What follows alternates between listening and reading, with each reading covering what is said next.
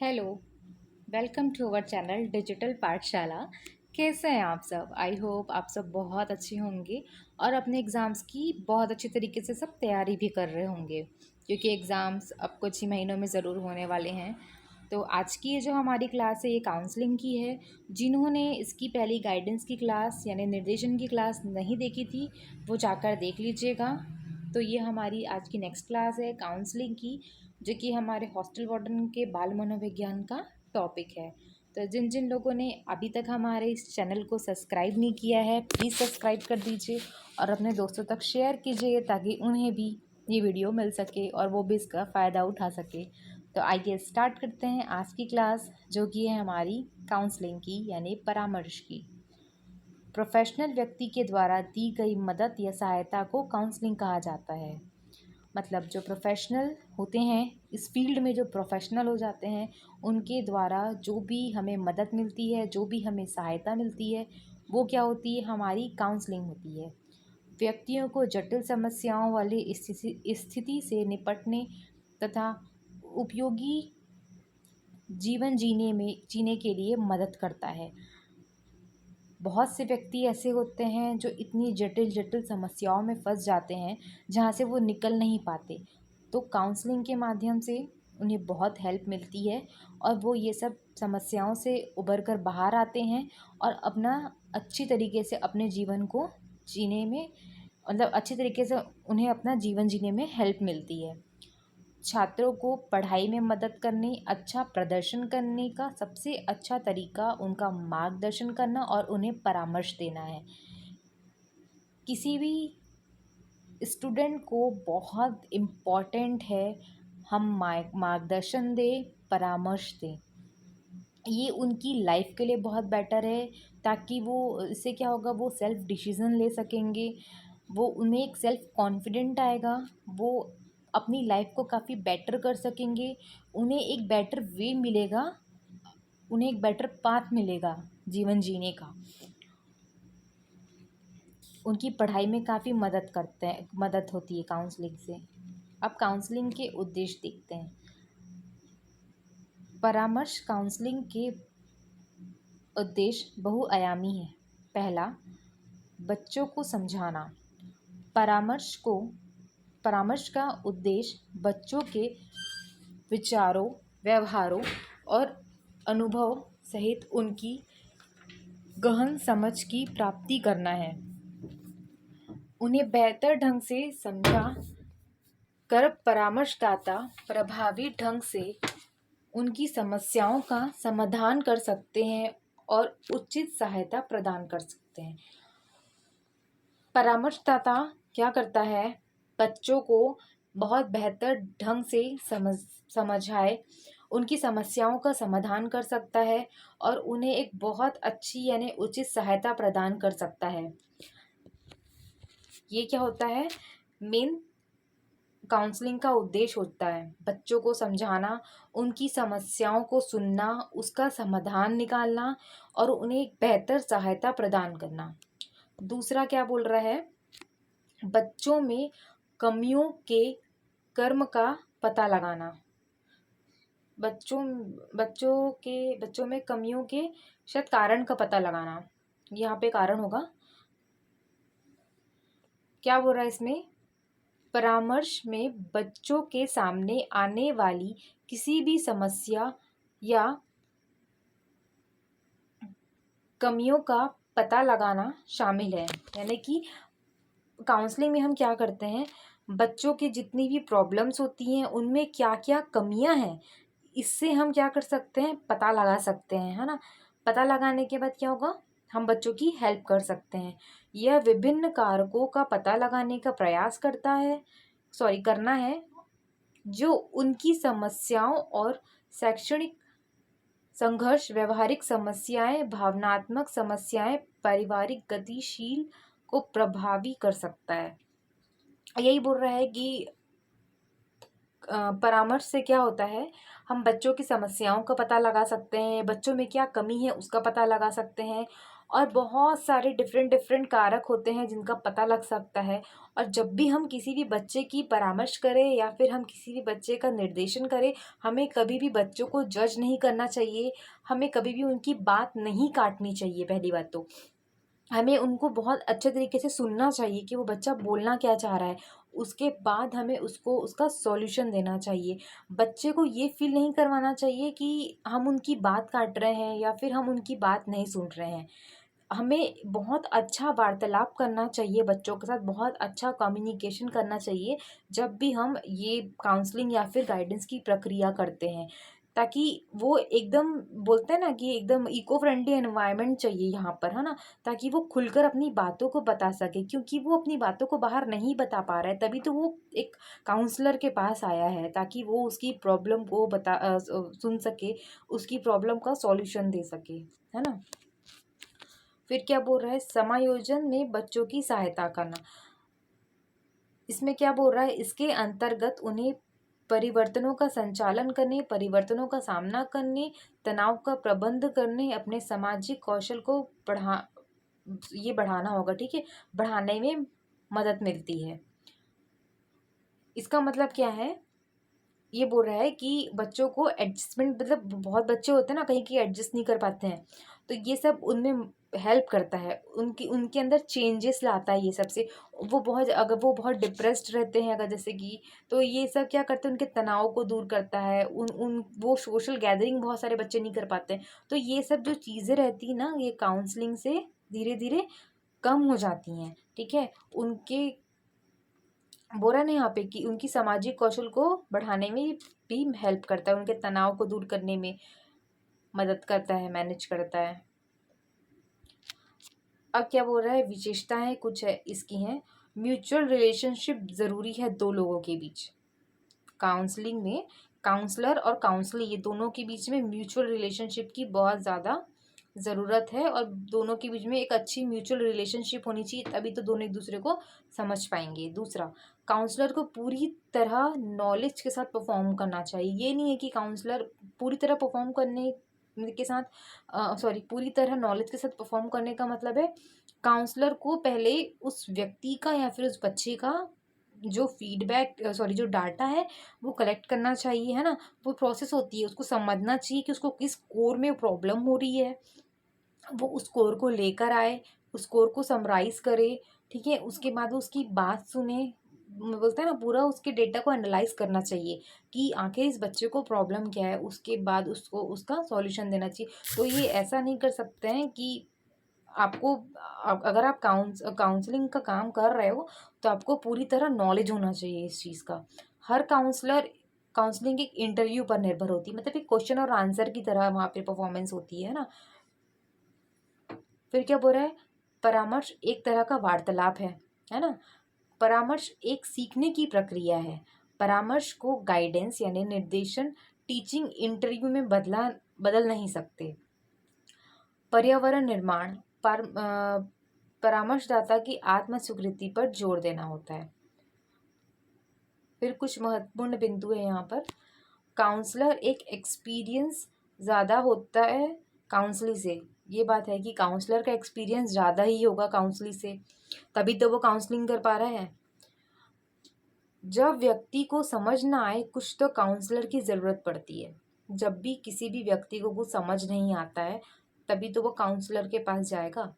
आप उदास हैं, पर हमको पता ही नहीं यार हम क्यों उदास हैं, ये सब जो चीज़ें होती है ना, ये सब हमको पता नहीं चलती हैं, तो उस समय हमें काउंसलर की ज़रूरत होती है। ये हमें इन चीज़ों में मदद करता है। बहुत टाइम होता है उनको कुछ समझ ही नहीं आता, हम क्यों भाई दुखी बैठे हुए हैं इतने, क्यों हमारी लाइफ में सब बेकार चल रहा है, हम लोग कुछ नहीं समझ पाते, हमारा माइंड ब्लैंक हो जाता है। उस समय ही हमको एक काउंसलर की ज़रूरत पड़ती है। बहुत लोगों को तो भाई नींद नहीं आती है, मैंने सुना है।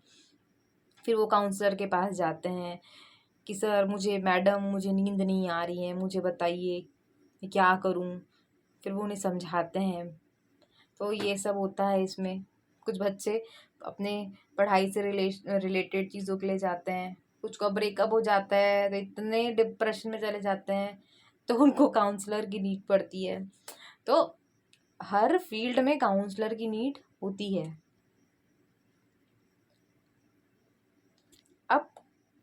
परामर्श के प्रकार। परामर्श के 4 प्रकार होते हैं। पहला है गैर निर्देशक परामर्श। इसमें क्या बोल रहा है, किसी व्यक्ति केंद्रित परामर्श के रूप में भी जाना जाता है, एक प्रकार का परामर्श है जिसमें परामर्शदाता की आवश्यकताओं, समस्याओं और व्यवहार को प्रधानता दी जाती है। ये क्या बोल रहा है यहाँ पर, गैर निर्देशन परामर्श का मतलब है यहाँ पर जो परामर्शदाता है उनकी आवश्यकताओं और समस्याओं का उनको प्रधानता दी जाती है। मतलब कि यहाँ पर जो काउंसली रहता है ना, उसकी प्रॉब्लम्स, उसकी जो भी समस्या है उसको यहाँ पर पहले इम्पोर्टेंट दी जाएगी। यहाँ पर पहले उसको सुना जाएगा। या ये इसका मतलब ये हुआ। सेकंड बोल रहा है निर्देशात्मक परामर्श। एक प्रकार के परामर्श को संदर्भित करता है जिसमें परामर्शदाता एक महत्वपूर्ण भूमिका निभाता है और परामर्शदाता की समस्याओं से निपटने के लिए कार्रवाई का एक तरीका निर्धारित करता है। यहाँ पर क्या होता है, वो डायरेक्ट उसको सॉल्यूशन नहीं बता देता है। ये निर्देशात्मक में डायरेक्ट निर्देश दे देता है कि ऐसा ऐसा है, ये सॉल्यूशन है। फिर है व्यावसायिक परामर्श। इसका उद्देश्य व्यक्ति को उचित व्यवसाय चुनने हैं और उसके लिए तैयार करने में मदद करता है। यहाँ पर क्या होता है, कोई व्यक्ति क्या व्यवसाय चुने उसके लिए यहाँ पर हेल्प दी जाती है। करियर और व्यवसाय पर निर्णय लेना महत्वपूर्ण है क्योंकि इससे बहुत समय प्रयास और पैसा शामिल होता है। ये क्या लिखा है यार, मतलब ये बोल रहे हैं यहाँ पर क्योंकि इसमें बहुत समय, प्रयास और पैसा शामिल होता है। बहुत मिस्टेक है टाइपिंग में यार। ठीक है, फिर फोर्थ क्या बोल रहा है, उदार परामर्श।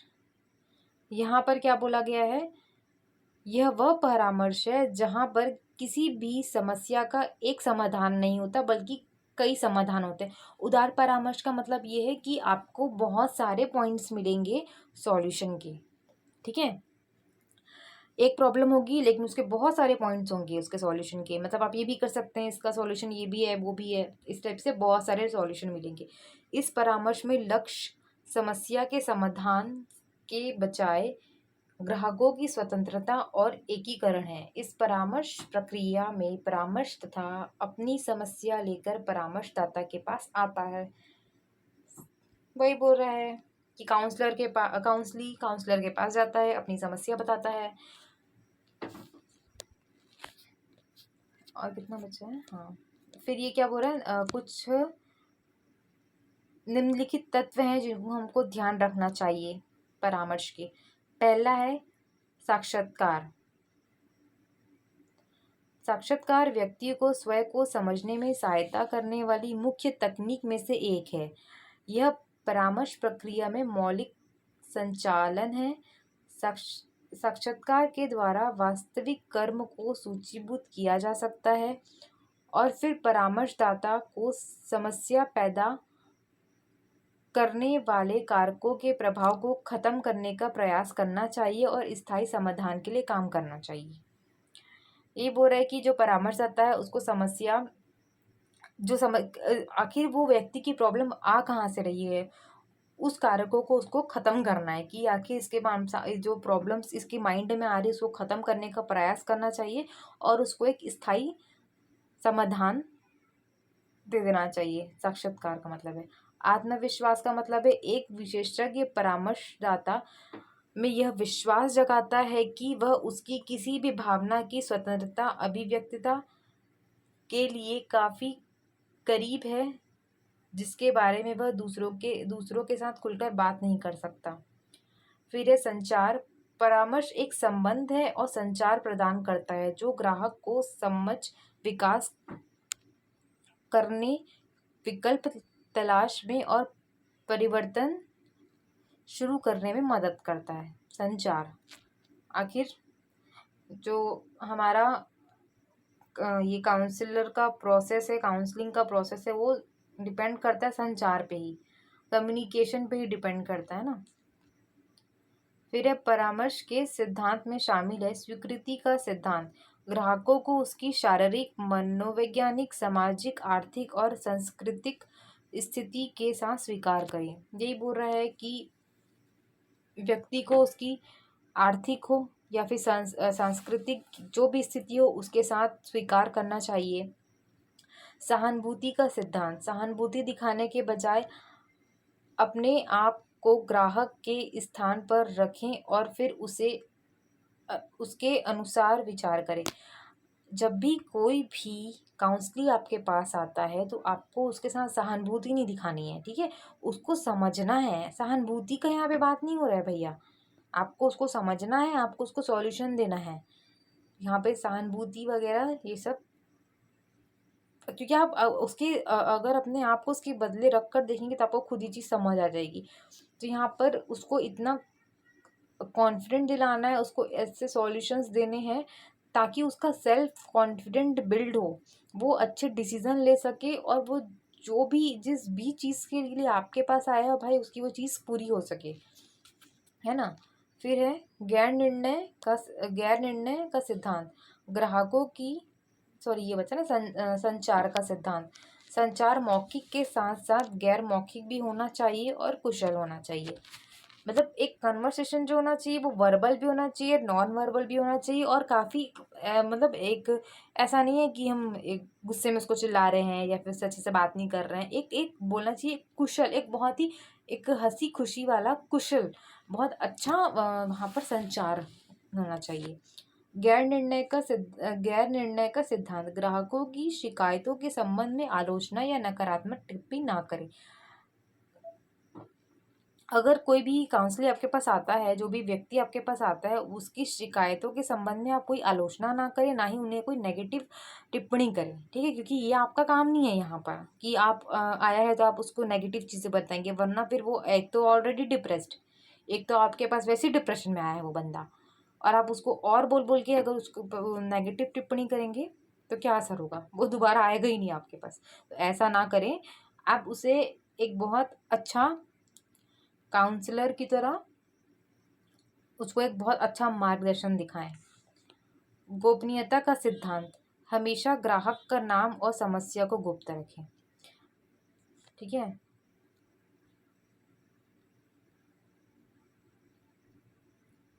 फिर क्या बोल रहा है, व्यक्तित्व का सिद्धांत, प्रत्येक ग्राहक के साथ अद्वितीय व्यवहार करें और उसकी समस्या का भी सम्मान करें। हर ग्राहक की समस्या का आपको सम्मान करना पड़ेगा, वो कैसी भी समस्या लेके आए। आपको बिल्कुल भी ऐसा शो नहीं करना है कि आपको प्रॉब्लम हो रही है, कुछ हो रही है, वरना आपका आपका तो वो काम है ना, आप काउंसलर बने ही क्यों हों, ताकि आप दूसरों की प्रॉब्लम को सॉल्व कर सको, उनको सही डायरेक्शन दिखा सको, ताकि वो अपने जीवन में अच्छे बात को चूज कर सके, आगे जीवन में बढ़ सके। तो यहाँ पर आप उसकी जाति, धर्म ये सब नहीं देखेंगे, आपके सामने बस वो एक व्यक्ति है जो आया हुआ है अपनी प्रॉब्लम को लेकर। आपको उसकी प्रॉब्लम सुननी है, समझनी है, आपको उसको ऐसा फील ही नहीं कराना है, ना उसको नेगेटिव चीज़ें बोलनी है, ना ऐसा करना है कि आप उसका बात सुन नहीं रहे हैं। आपको पूरी तरह से उसकी बात समझनी है, सुननी है और उसके बाद उसको सॉल्यूशन देना है। एक बोलते हैं ना, एक फ्रेंडली एनवायरनमेंट वहाँ पर आपको बना कर रखना है ताकि वो आपसे सब शेयर कर सके, और आपको बहुत ज़्यादा नॉलेज होना चाहिए उससे, है ना। तो ये जो था ये हमारा काउंसलिंग का टॉपिक था जो यहाँ पे ख़त्म होता है। अब इससे रिलेटेड एमसीक्यू हम लेकर आएंगे बहुत जल्द, तो फिर वहाँ पर हम एमसीक्यू में भी कुछ कुछ चीज़ें हैं जो क्लियर हो जाएंगी, क्योंकि थोड़ा बहुत एमसीक्यू में तो हट के ही क्वेश्चन रहेंगे, है ना। तो एमसीक्यू में भी बहुत सारी चीज़ें हैं जो हमारी क्लियर हो जाएंगी। आप लोग इसका स्क्रीनशॉट ले लीजिएगा अगर आप लोगों को लेना हो तो आज की क्लास हमारी यहीं पर ख़त्म होती है। तो जिन जिन लोगों ने सब्सक्राइब नहीं किया यार, प्लीज़ सब्सक्राइब कर दो इस चैनल को और अपने दोस्तों तक शेयर कर दो, ठीक है, ताकि उनको भी ये सब वीडियो मिल सके, वो भी उनकी भी हेल्प हो सके। तो तब तक के लिए चलते हैं, टाटा बाय बाय।